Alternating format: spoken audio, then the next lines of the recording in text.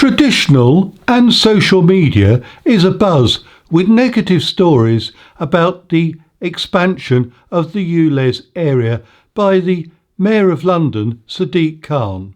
So what is ULEZ and why is it so controversial? Let's take a look.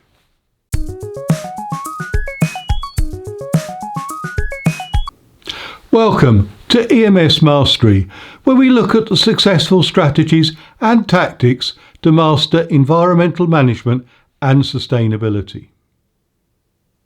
The ULEZ expansion in 2023 is considered both vital for the reduction of traffic-based pollution and the health of Londoners, as well as a controversial policy. So, let's unpack the facts surrounding its background, recent history and the impact on Londoners and others from further afield. So what is ULEZ? ULEZ is short for the Ultra Low Emission Zone. It was first proposed on the 26th of March 2015 by the then Mayor of London, Boris Johnson. This start of the ULEZ is only part of the controversy, as it is often assumed that the ULEZ is an idea dreamt up by the current Mayor of London, Sadiq Khan, or the Labour Party that he represents. So it is, indeed, an initial Tory-led initiative, which was led to fruition by a Labour Mayor.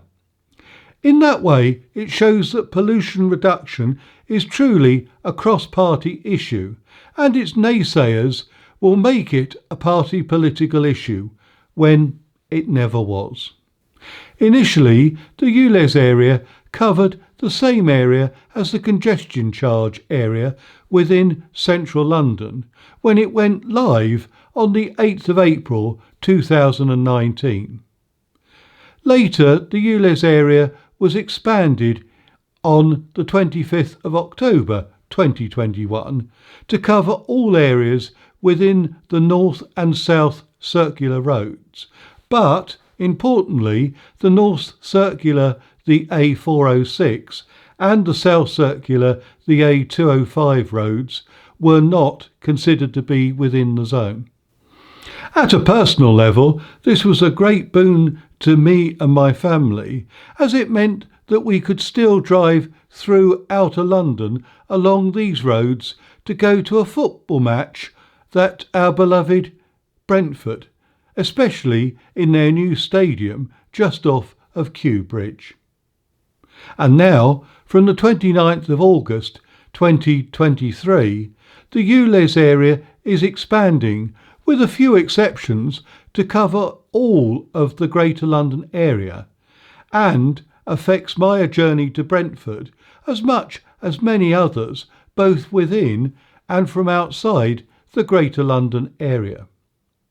Controversy has dogged the ULEZ expansion, with a coalition of Bexley Council, Bromley Council, Harrow Council and Hillingdon Council in Greater London, together with neighbouring Surrey County Council, where they received permission from the High Court for a legal challenge to the ULEZ expansion into Outer London. The hearing was dismissed on the 28th of July 2023, when the outer expansion was found to be lawful. Even more controversial, the counties adjacent to Greater London, other than Slough Council, have not allowed for advanced warning signs to be erected in their areas, which would give early warning to those with non-compliant vehicles that they are about to enter the ULEZ area, thereby allowing a final decision on whether to enter the ULEZ area and pay the charge or accept the fine, or to travel by other means. Even as I make this video, Rishi Sunak, the UK Prime Minister, has said that the plan is divisive and that it's not the right time as families struggle with inflation and the high cost of living. On a second note, HMRC have been saying that the self-employed can claim the ULEZ charge for business journeys within their annual self-assessment tax return. If you're getting value out of this episode, please click on the like button.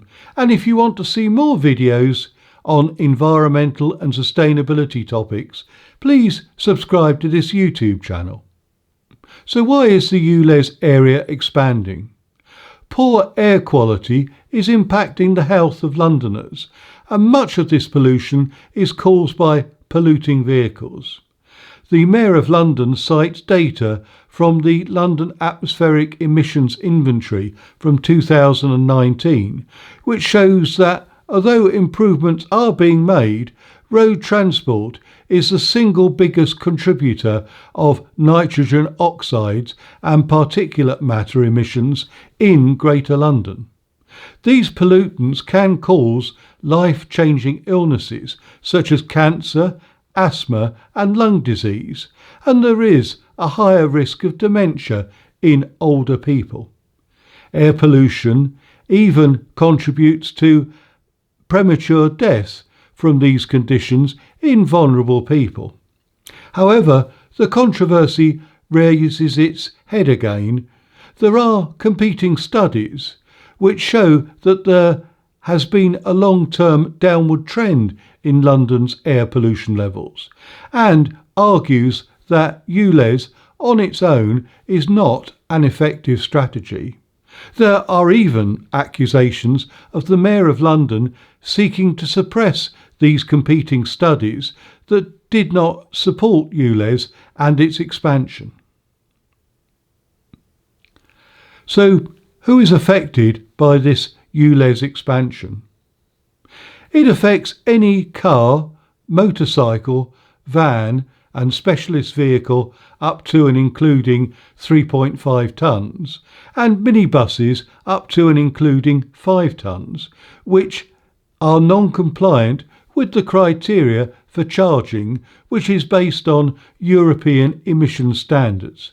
So this includes motorbikes that do not meet the Euro 3 standard, which is most vehicles before 2007, petrol cars and vans that do not meet the Euro 4 standard, which is most vehicles before 2006, and diesel cars and vans that do not meet the Euro 6 standard, which is most vehicles before 2015. The TfL website has a portal for determining whether your vehicle is compliant by entering your registration details, and you can find out whether your car is subject to a charge under the ULEZ scheme. It should be noted that the primary criteria within the European emission standards that are being used for the ultra-low emission zone are aimed at reducing nitrogen oxides and particulates, which, as I covered earlier, have a significant effect on human health. But it's not specifically aimed at reducing carbon dioxide emissions that can cause climate change. There are some limited vehicles prior to these dates that may be specifically compliant with the ULEZ criteria on nitrogen oxides and particulates, even if they don't meet the general criteria for the respective Euro 3, 4 or 6 criteria that I described. It may be that the vehicle manufacturer can issue a certificate of conformance to show that your vehicle meets the nitrogen oxide and particulate criteria, and therefore demonstrate that you are exempt from the ULEZ charge. Vehicles in the disabled tax class are exempt from the charge, as are London licensed taxis, private hire vehicles which are wheelchair accessible, and historic vehicles that are over 40 years old. There are other additional exemptions for agricultural vehicles, military vehicles, certain types of mobile cranes and non-road going vehicles which are allowed to drive on the highway, such as excavators. Again, it should be noted that buses, coaches and lorries must meet or exceed the Euro 6 standard or pay £100 as part of a separate London low emission zone. So, what is the cost for non-compliant vehicles? The daily charge for entering or travelling within the ULEZ area is £12.50.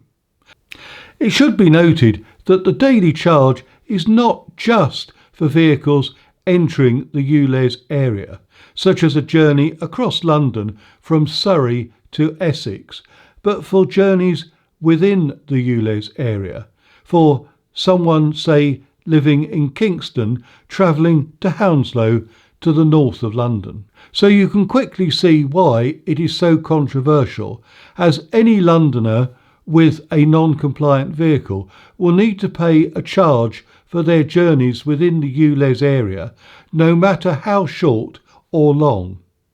Although it should also be noted that parking your non-compliant vehicle and making no further journeys does not incur the daily charge beyond any days when the vehicle is being used for journeys. The value of the ULEZ penalty charges is incurred at £180, which is reduced to 50% if paid within 14 days. So what kind of assistance is being given to owners of non-compliant vehicles?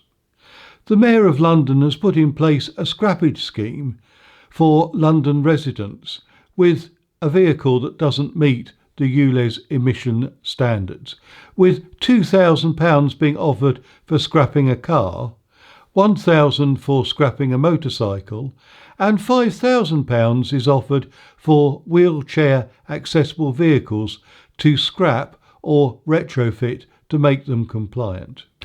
All London businesses, such as London-based sole traders, micro businesses of 10 or fewer employees, and small businesses under 50 employees and registered charities can apply to scrap or retrofit up to 3 vans or minibuses with grant payments of between £5,000 and £9,500 being available.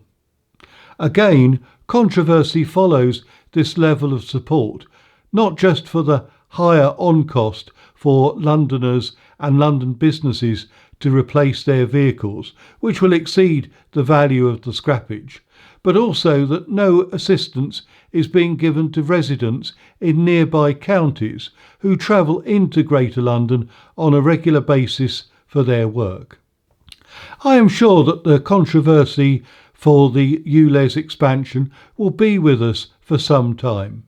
Whether it will provide the most cost-effective reduction of traffic-based pollution within Greater London or fail in its objective, only time will tell.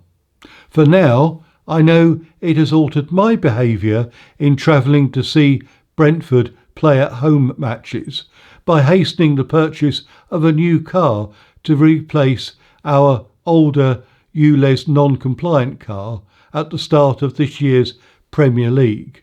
But more on that in a future video. Further information on the ULEZ expansion and all of the references used in this episode are given in the description box below, including a link to the resources on the EMSmastery.com website. Please subscribe to this YouTube channel to ensure that you don't miss out on other episodes on environmental management and sustainability.